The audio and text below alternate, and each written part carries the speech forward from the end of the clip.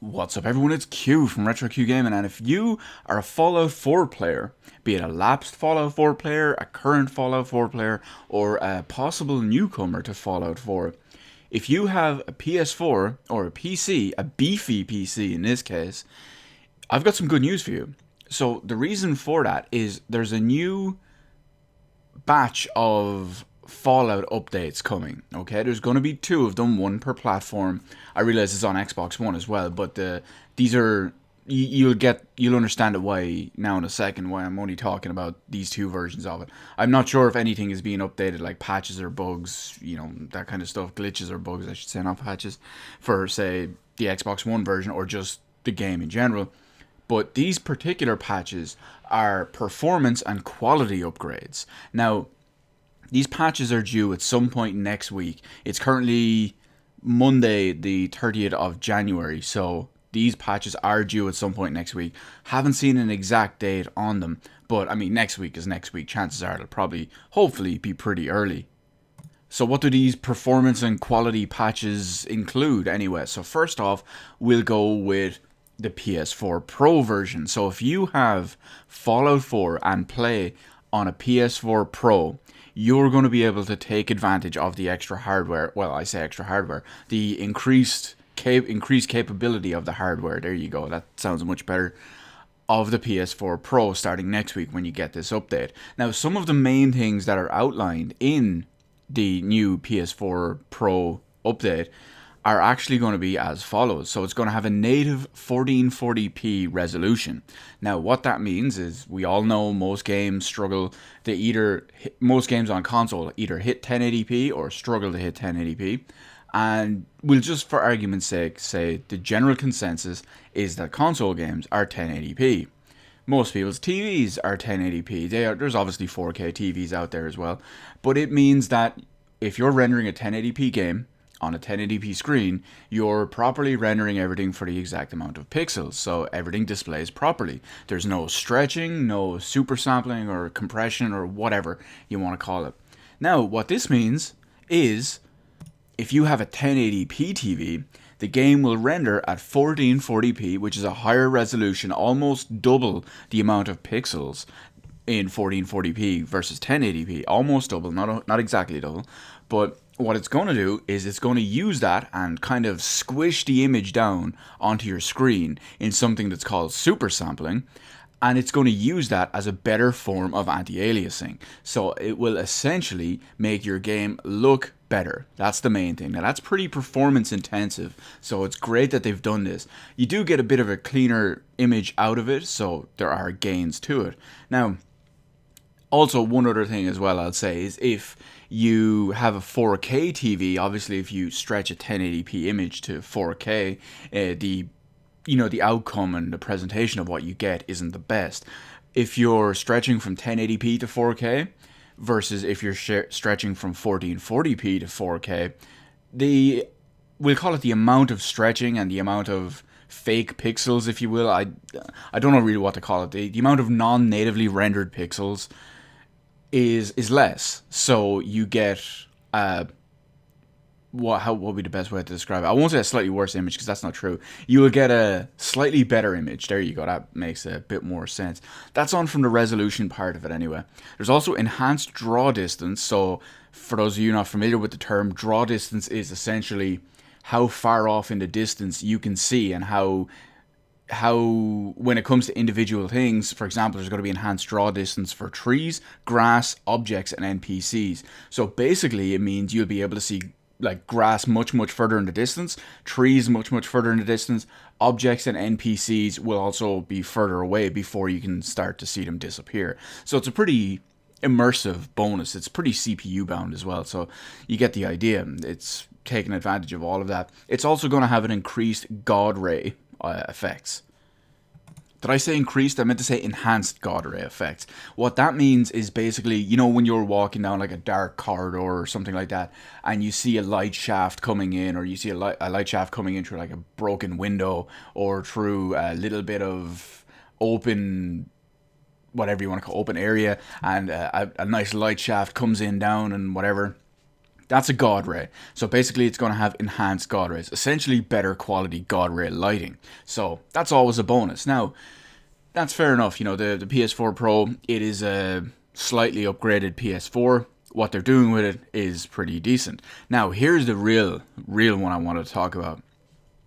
Fallout 4 on PC, we all know, has a bevy of graphical upgrade mods. Essentially, they can range from actual new graphical options, they can refine graphical options, they can, like I said, they can be completely new, or they can be fan-made creative texture packs. They can be ones that are complete texture swaps, they can be in the same style of what's actually there, just at a higher resolution than what was actually included as default.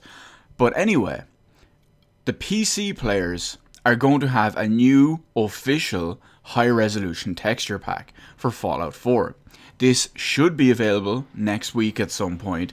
However, and here is where it gets really interesting, when you think of the size of Fallout 4, which includes obviously all the audio, all the, you know, the graphical stuff, the code, and the actual music and sounds and textures as it is, and that game comes out even with all the DLCs. I believe it's still in the high 20s, early 30s gigabyte. So that's pretty much nothing. Now, here's where this really gets good. The high resolution texture pack for Fallout 4 on PC is going to be 58 gigabytes. 58 gig. Those textures must be enormous. Sure, it's a big open world game like, say, Fallout and Skyrim, obviously. There's going to be a fucking arseload of textures everywhere, because basically everything you see has a texture. That's what it is. But if these new higher resolution textures alone are twice the size of the game, I was going to say the base game, but they're twice the size of the game, essentially, and it's only textures, holy shit, I cannot wait to try these out. Now, here's where I said earlier that you're going to need a pretty beefy PC to try this out. The recommended specs for running the high resolution texture pack, they don't really give proper minimums and stuff like that. There's a reason for that. I mean, a 58 gig texture pack, you can, Jesus Christ, you can understand why you'd need something. Now, the recommended specs for using Fallout 4 on PC with that texture pack are either Windows 7, 8, or 10, 64-bit operating system, of course, because why wouldn't you have a 64-bit operating system at this point? An Intel Core i7 5820K or better. And the reason why I specifically find this, out of all requirements, the most interesting is that all the consumer level lines of Intel chips, be it the whatever we call them, the 2 series, the 3 series, the 4 series, the 6 series, or even the underwhelming 7 series, the standard consumer level ones, even their higher end, top of the line consumer one, is still an 8-core CPU. I realize it's 4 and 4, but it works out as an 8-core CPU. Now, the big thing, this i7 5820K from the Broadwell series is a 12-core CPU. I'm very curious to see the kind of effects and the kind of performance and implementation that, say, 6700K or 7700K owners will have when running this texture pack. Because at the end of the day, you can, depending on, architecture differences and things like that, it could work out to be good enough, or to be able to, I don't want to use the word emulate, but to emulate it properly. But we'll see how it goes, because at the end of the day, 12 cores versus 8 cores. So we'll see how it goes. Now, that's why I think is the most interesting part. And obviously, like I said, you're going to need an extremely beefy PC to play this. If you've got something in the Broadwell series of chips, you're considered a beefy CPU. It also requires a GTX 1080 8GB edition. Obviously, they're all 8GB, but, it requires one of they just call it that, so whatever. And 8GB RAM. Who doesn't have 8GB RAM in even a kind of standard PC nowadays is beyond me, let alone an actual high-end gaming rig. Now, that's the majority of pretty much everything that's covered in there. You've got the 58GB PC texture pack with the just proper system requirements. 12 core 5820K. Wow, that's all I can say. I really can't wait to see how this goes. Requirements being a GTX 1080. Again, wow. I know I cannot personally wait to try this out next week on PC. I've got my 5960X. It's overclocked, so it's a 16 core as opposed to just a 12 core. It's running faster than the stock clock on the 5820. I cannot wait to see how this is going to handle it. With a 16 core CPU, a GTX 1080 Founders Edition, I really can't wait to see what 58 gig of, what do we call them? 58 gig of Bethesda made high resolution textures actually look like. Get ready to see some of that footage on this channel next week or the week after, whenever it comes out. Absolutely cannot wait.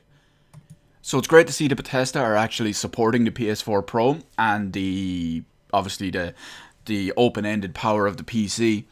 And it also makes me a bit curious, will the kind of PS4 Pro enhancements, will they launch on the Xbox One Scorpio when that comes out? Will it be too late by the time it comes out? And who knows, you know, it's Scorpio is supposed to be out at the end of this year. If everything we know or everything that's rumored about the Scorpio is true, it's going to completely destroy the PS4 Pro. Again, it's all rumors and speculation as it is at the moment. So we'll see how it goes. We'll see if they can improve the resolution on the Scorpio to 1440 or maybe higher. You know, do something with the textures a bit more. Maybe not put them onto, you know, the ultra high res fucking PC port or PC texture pack, but maybe they can improve them from what's actually in the game as it is. We'll see how it goes. Scorpio is like 11 months away, so a lot can happen in that time.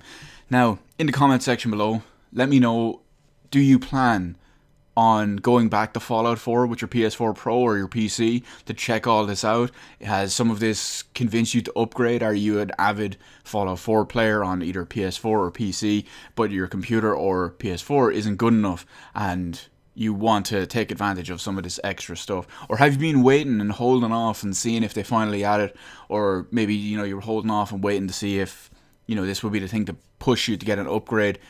We'll see how it is. Let me know all that in the comment section below, as well as what you think about developers even actually supporting, say, PS4 Pro from a game that's over a year old at this point.